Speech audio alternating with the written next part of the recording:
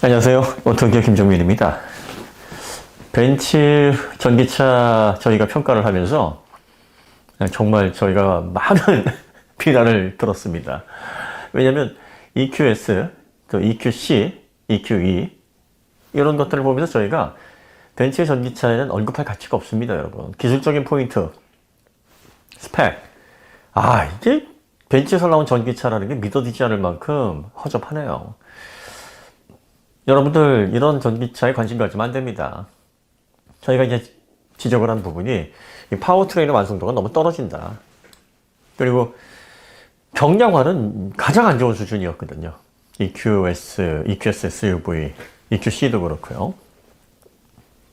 또 배터리 관련해서 CATL과 협력을 했어요.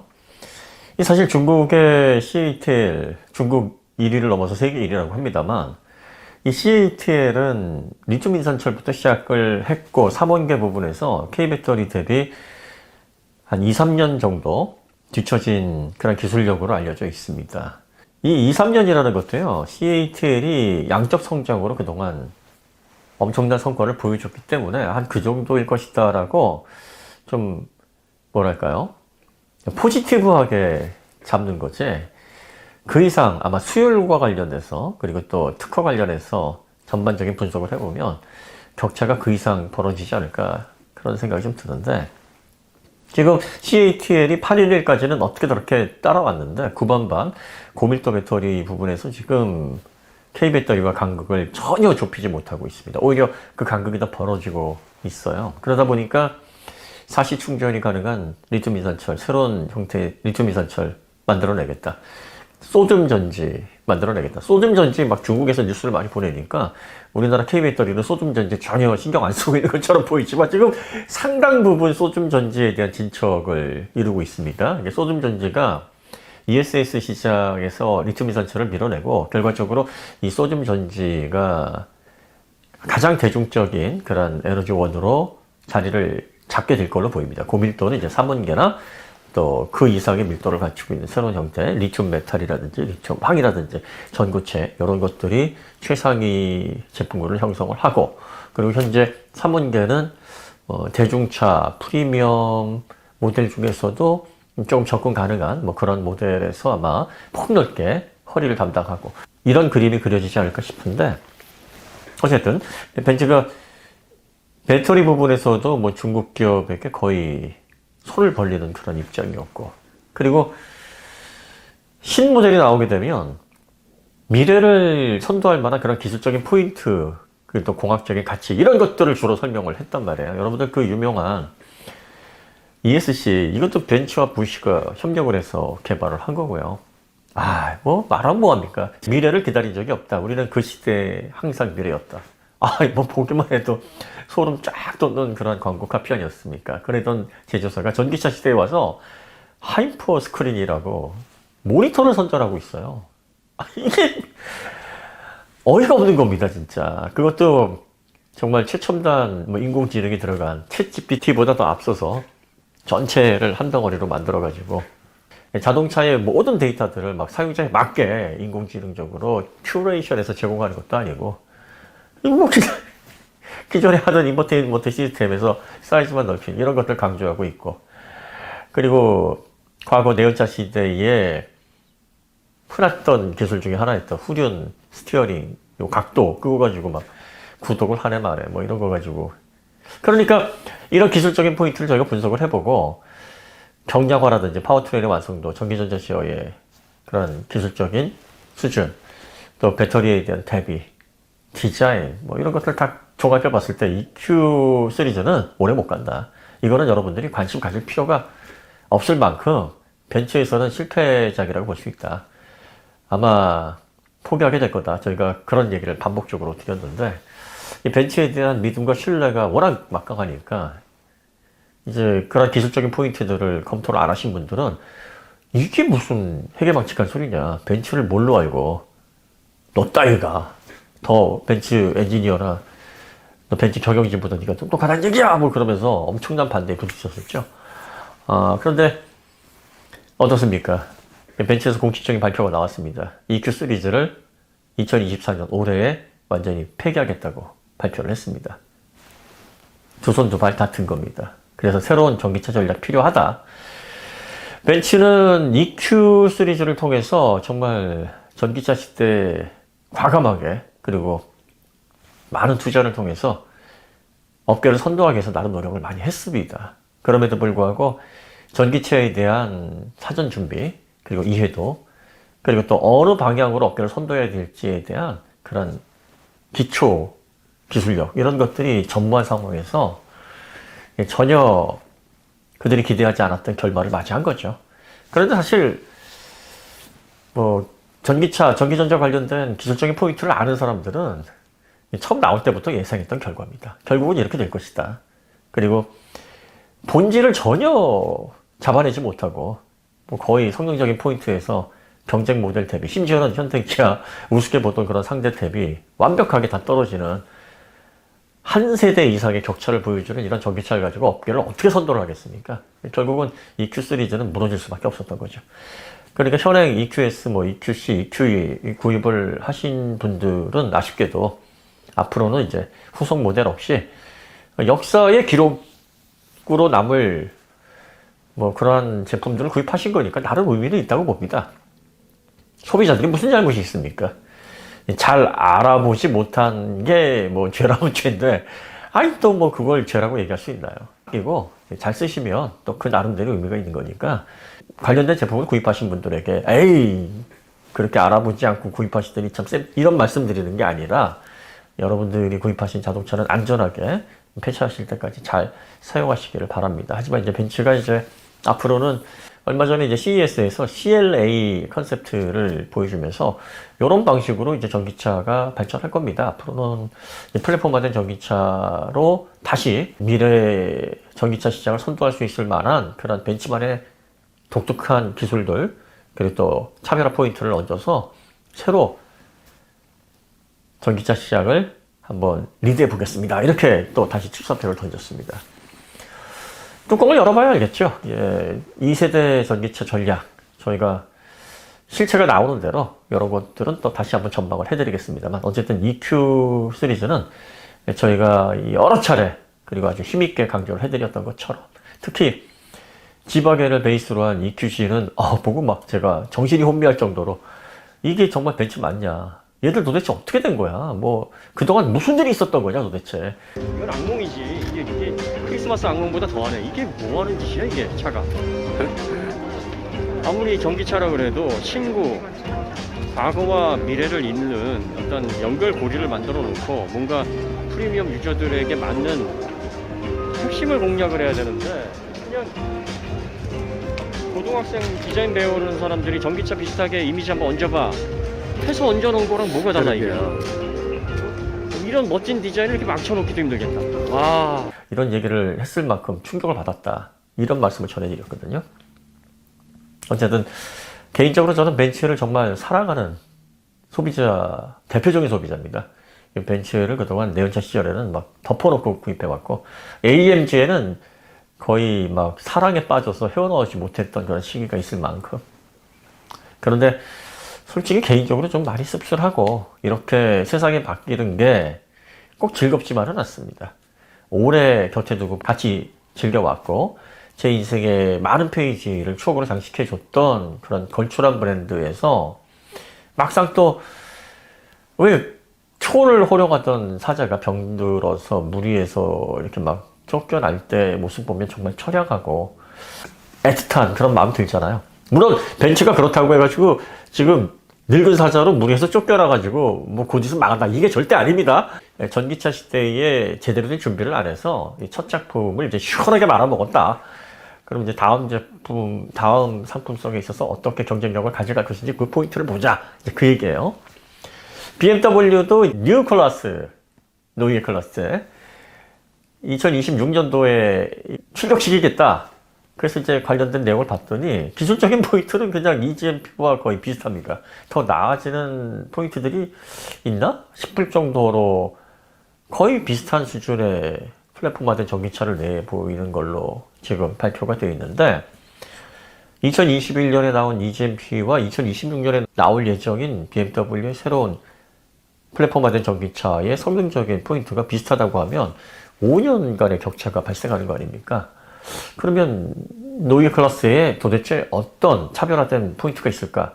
아직 구체적인 사안이 공개가 안 됐으니까 이것도 좀 관심을 가지고 볼 만한 문제입니다.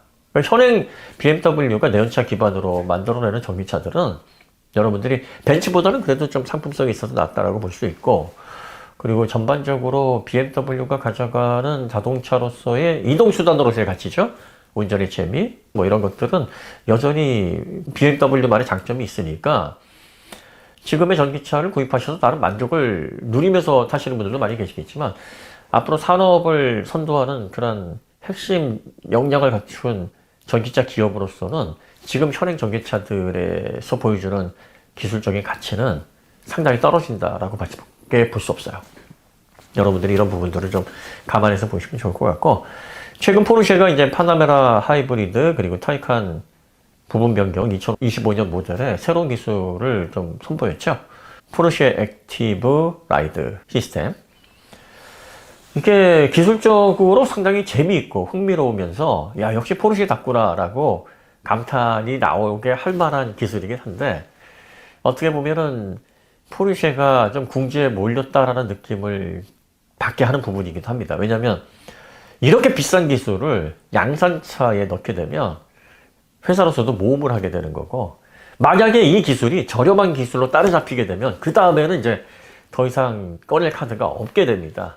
그러니까 마지막으로 꺼내던 이 극약 처분까지도 따라잡히게 되면 포르쉐는 이제 막다른 골목으로 몰리게 되는 건데, i5N 지금 선보인 2차보다는 앞으로 나올, 현재 나와 있는 건 아니니까 앞으로 나올 타이칸 부분 변경 모델이나 파나메라 하이브리드, 여기에 들어가는 이제 서스펜션 기술이라든지 또 부분 변경 타이칸에서 올라간 출력, 이런 것들이 월등히 좋아 보이기는 한데, 지금 현대 기아의 기술진에 의하면 i5N, EV6 GT, 그리고 또 앞으로 나올 아이오닉 6N, 여기에 들어가는 파워트레인의 성능 마진이 대략적으로 30% 정도 여유가 더 있는 상황이라고 합니다.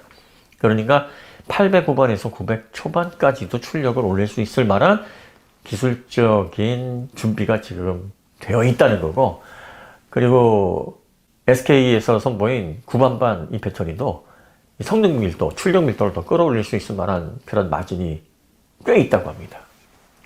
더군다나 eTVTC처럼, 이게 사실 eTVTC가 eLSD와 달리 독립된 모터를 각각의 후륜 쪽에다 집어넣는 것처럼 완벽하게 좌우로 출력 배분을 적극적으로 해주는 액티브한 그런 주행 보조 장치이기 때문에, 이게 지금 포르쉐에서 사용하는 포르쉐 액티브 라이드, 이거와 비슷한 효과를 내는 장치거든요. 그러니까 지금 현행 i5N의 마진, 성능 마진, 파워트레인의 출력 마진을 조금 더 얇게 잡아서 한 20% 정도 끌어올리고, eTVTC 들어가고 아이오닉 6N처럼 공기저항 개수도 훌륭하면서 보다 낮은 자세로 세단 형태의 그런 고성능 전기차로 다듬어지게 되면, 니르부르클링 노르트 슐라이페의 20.8km의 그 기록을 최소 15초 이상 20초 가까이도 당길 수 있는 그런 성능적인, 기술적인 그런 준비를 갖춰져 있습니다. 그러면 지금 7분 45초 기록하고 있잖아요. 7분 45초 5구니까 7분 46초라고 봐야죠. 그리고 이건 20.6km니까 200m를 더 달린다고 했을 때, 이런 현대가 준비하고 있는, 그리고 마진으로 남겨놓은 기술들을 다 때려 넣어서 한 8천만 원대, 9천만 원이 넘지 않는 그 가격대에서 아이오닉 6N이 만약에 나온다고 치죠. 그리고 여기에다가 극도로 가벼운 초경량 카본일까지도 지금 준비를 하고 있는데, 그렇게 카본일까지 집어넣어서 1억 언더로 출시를 했는데, 만약에 이 차가 니르부르클링 노르트 슐라이프 기록을 7분 20초 안쪽으로 찍어버렸다고 가정을 해보면, 그럼 포르쉐는 이제 또 고민이 생기는 겁니다. 할 수 있는 건 다 했는데 이제 또 어떻게 해야 되나?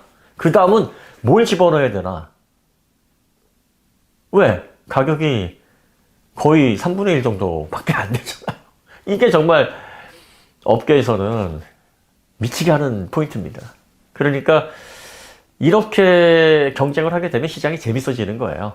후발 업체들이 정말 기술적인 포인트 부분에서 엄청난 발전을 이루고, 그래서 앞서던 브랜드들을 막 기술로 압박하고, 그러면서 꽁꽁 아껴뒀던 쌈짓돈처럼 귀하게 정말 숨겨놨던 기술들을 어떻게든 리드를 해야 되니까 막 적용하고, 그런데 이것을 말도 안 되는 가격대로 주철 브레이크로, 카본 세라믹 브레이크도 아니고 서스펜션에 전기 모터를 각각 박아가지고 그 엄청난 비용이 드는 기술력을 투입을 하지 않고서도 거의 3분의 1에 가까운 그 가격대에서 비슷한 성능을 확 구현을 해버리고, 이래버리면 시장 전체에 정말 엄청난 파장이 일어나는 겁니다.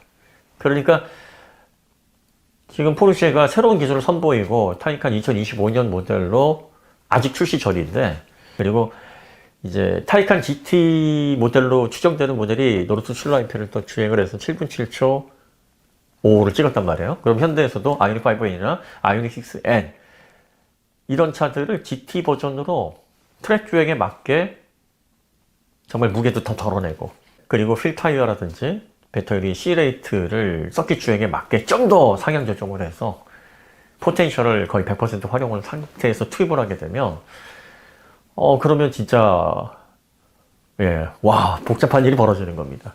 이런 그림들을 여러분들이 상상을 해보면 진짜 앞으로 전기차 시장 이 대변혁기에서 엄청나게 재미있겠구나, 이런 반전 드라마가 또 있을 수 있을까라는 그런 기대감이 들게 만드는 그런 포인트가 되는 거죠.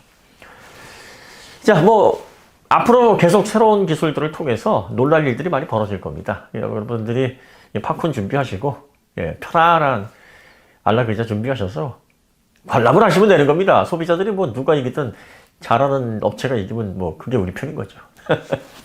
어쨌든 벤츠의 EQ 시리즈는 올해를 마지막으로 이제 퇴장을 하게 됩니다. 폐기가 될 겁니다.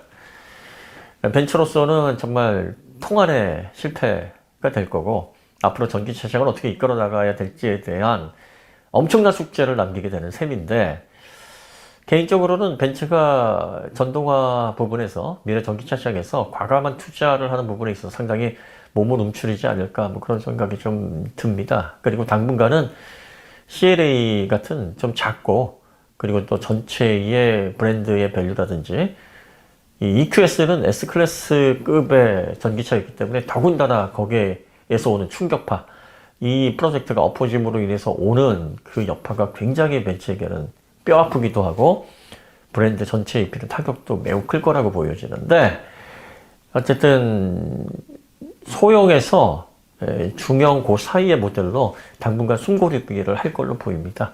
그리고 2세대 전기차를 어떻게 준비할 것인지 관심 있게 보고, 벤츠가 이걸 타산지석 삼아서 2세대 전략에서는 좀 더 업계를 선도할 수 있는 예전의 벤츠의 모습, 자기가 곧 미래였다라는 그런 엄청나게 좀 손발이 오그라들긴 하지만 당시에는 진짜 멋졌거든요.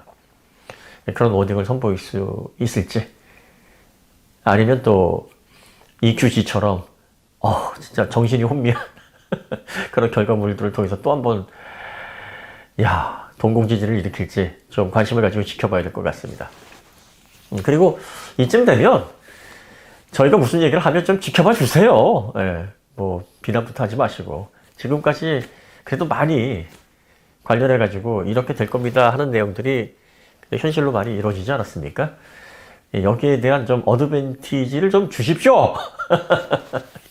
오늘 이야기는 여기서 마치도록 하고요. 다음에 더 좋은 콘텐츠로 찾아뵙겠습니다. 감사합니다.